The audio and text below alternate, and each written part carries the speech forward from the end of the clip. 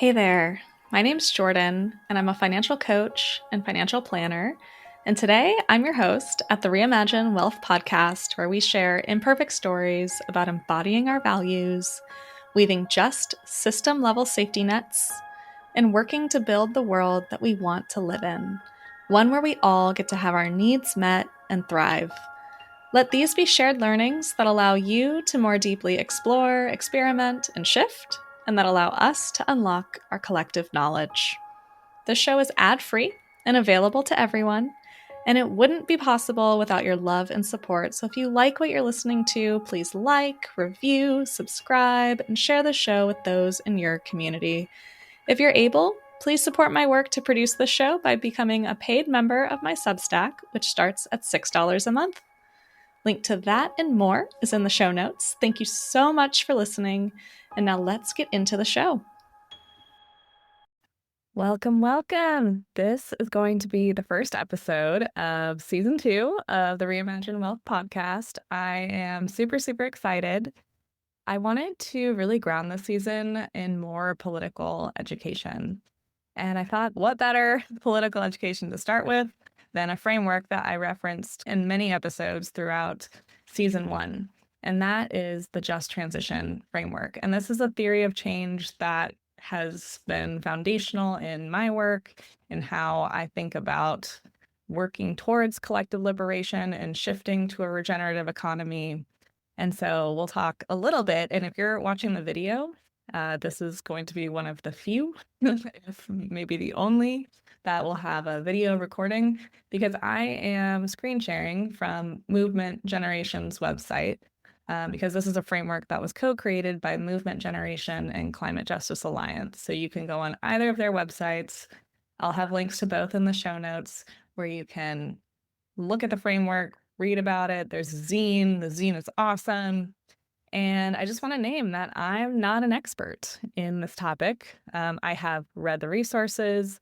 It is a theory of change that I align myself with and that I ground my work in, that I ground my organizing in. And I am but a mere human who has learned about a framework, and I wasn't in the creation of it. So if you're listening to this and you know something that I don't, or you know something about the lore that maybe I'm misunderstood or I'm misrepresenting, I really invite you to call me in and let me know. I'm sharing my best understanding and best current thinking, and I don't know everything. So definitely invite feedback if there's things that I miss, things that I didn't share correctly. And I'm excited to share more about the framework overall with all of you. Okay, so just getting started, what even is a just transition? Like, what is that even talking about? So a just transition is talking about the way that we transition our economy from one that is extractive, or basically the economy that we're living in today, to one that is regenerative. So it's how do we shift from an economy that centers the enclosure of wealth and power to an economy that is built upon and centers social and ecological well-being. And we'll see that in just a minute. But when we think about how our economy has been structured and how it's currently operating, it's grounded in white supremacy and heteropatriarchy and consumerism and ableism. Its foundational elements are exploitation, growth at all costs, and it's, as we know, undermining the sustainability of not only our livelihoods, but the planet. And when we have an economy that is built upon extraction at a pace that our planet cannot keep pace with, we eventually are going to have to transition to some type of another economy. That will either happen through collapse or through a very intentional and strategic reorganization. So a really common phrase, and it's listed right here, is that transition is inevitable. It will come about by us either continuing to extract and experiencing collapse, and or through really intentional organizing, base building, reorganization, And so it's not a question of transition, it's a question of how do we transition to an economy that is just. And that is what this framework and theory is trying to address. So this is a little visual that talks about the framework. And just to give you a little bit of an overview, on the left-hand side, and this is mostly for the folks who are just listening to the audio, on the left-hand side, we have the extractive economy. That economy is centered on the exploitation of people and the planet. What are the levers that uphold this economy? When we think about how this economy exists, we know the purpose is the enclosure of wealth and power. It's based upon exploitation of people and planet. But what are the other levers that reinforce this economy being the dominant power? Well, it comes about when our worldview is built on consumerism and colonialism, when our governance is reinforced by militarism, and when our resources are generated by extracting them, burning them, and then dumping them. So we extract them, we use them up, we take them to the dump, and then they get either burned or they sit in the landfill. When we think about a regenerative economy, or as this framework calls it, a living economy, that is one where the purpose of the economy is ecological and social well-being. So purpose of the economy is to care for our planet and the humans and creatures that live on it. And so how does that economy come into being? Well, it comes through cooperation, when our work is done through cooperation and care.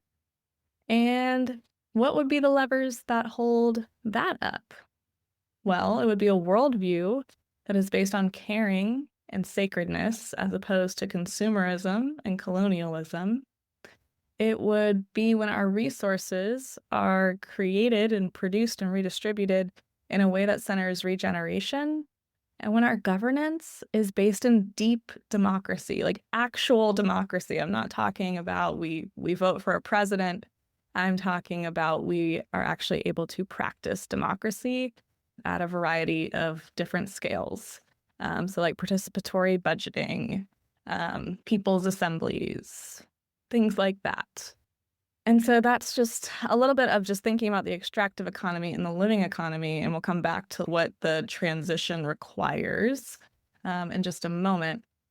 But to share a little bit more about the history, the framework, my understanding of it is that it really came into being, and I'm sharing the history on the screen as well, is that it came into being through the dissonance that was happening at the intersection of labor organizing and climate justice organizing, because these groups were noticing that what they were working towards, in many ways, they were being pitted against each other.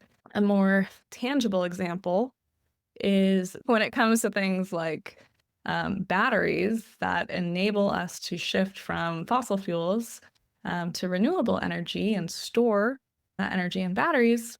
A lot of those batteries are using lithium, and lithium is mined in the global south.